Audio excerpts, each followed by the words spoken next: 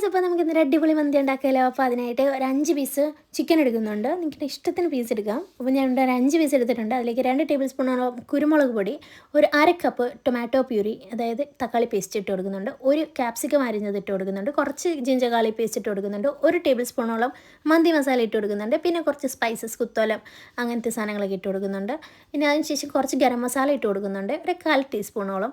എന്നിട്ട് കുറച്ച് മറ്റേ കുരുമുളക് ഇട്ട് കൊടുക്കുന്നുണ്ട്, കുറച്ച് എണ്ണ ഒഴിച്ച് കൊടുക്കുന്നുണ്ട്, കുറച്ച് ഉപ്പിട്ട് കൊടുക്കുന്നുണ്ട്, കുറച്ച് ഫുഡ് കളർ ആഡ് ചെയ്യുന്നുണ്ട്.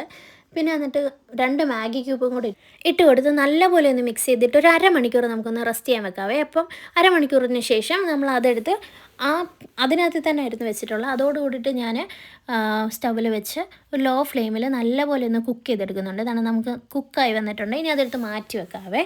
ഇനി നമുക്ക് കുറച്ച് വെള്ളം എടുക്കാം. ഒരു പാത്രത്തിൽ കുറച്ച് വെള്ളം വെച്ചതിന് ശേഷം അതിലേക്ക് ആവശ്യത്തിന് ഉപ്പ്, കറുകപ്പട്ട അതൊക്കെ ഇട്ടതിന് ശേഷം 2 നാരങ്ങ കീറിയത് ഇട്ട് കൊടുക്കുന്നുണ്ട്. ഒരു ഉണക്ക നാരങ്ങയും കൂടെ ഇട്ട് കൊടുത്ത് നല്ലപോലെ ഒന്ന് തിളപ്പിച്ച് മാറ്റി വെക്കണം. തിളപ്പിച്ചുകൊണ്ടേ ഇരിക്കണം. ആ സമയത്തിന് നമുക്ക് ഈ സ്റ്റോക്ക് ഉണ്ടല്ലോ, നമ്മൾ ഈ ചിക്കൻ എടുത്ത് മാറ്റിയ സ്റ്റോക്കിലേക്ക് നമ്മൾ നേരത്തെ എടുത്ത് വെച്ചിട്ടുണ്ടായിരുന്ന 1 കിലോ റൈസാണ് ഞാൻ എടുത്തിട്ടുള്ളത്.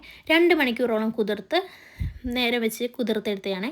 അത് നമുക്കിതിനകത്തേക്ക് ഇട്ട് കൊടുത്ത് നമുക്ക് നല്ലപോലെ ഒന്ന് മിക്സ് ചെയ്തതിന് ശേഷം ആ വെള്ളം, നമ്മൾ നേരത്തെ ഉണ്ടാക്കി വെച്ച വെള്ളം ഉണ്ടല്ലോ, ആ വെള്ളം നമുക്ക് ഇതിനകത്തേക്ക് വെച്ചിട്ട് ഒരു വിരലിൻ്റെ തുമ്പ് ഭാഗം പൊങ്ങി നിൽക്കുന്ന അത്രയും വെള്ളം ഒഴിച്ചിട്ട് വേണം വെക്കാനായിട്ട്. അപ്പം നമ്മുടെ മന്തിയുടെ റൈസ് ഇവിടെ റെഡി ആയിട്ടുണ്ടല്ലോ.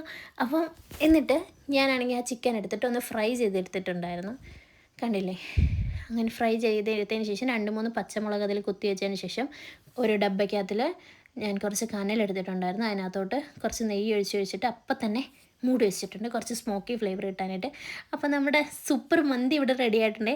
അപ്പോൾ എല്ലാവരും ഒന്ന് വീട്ടിൽ ട്രൈ ചെയ്ത് നോക്കണേ. നല്ല ടേസ്റ്റാണ്, കറക്റ്റ് നമ്മൾ കടയിൽ നിന്ന് വാങ്ങിക്കുന്നതൊക്കെ പോലെ അടിപൊളിയാണ്. അപ്പോൾ എല്ലാവരും ഒന്ന് വീട്ടിൽ ട്രൈ ചെയ്ത് നോക്കാൻ മറക്കല്ലേ. Thank you guys. അപ്പം നമ്മുടെ ഇന്നത്തെ സ്പെഷ്യൽ മന്തിയാണ്. നമുക്ക് ട്രൈ ചെയ്ത് നോക്കിയാലോ.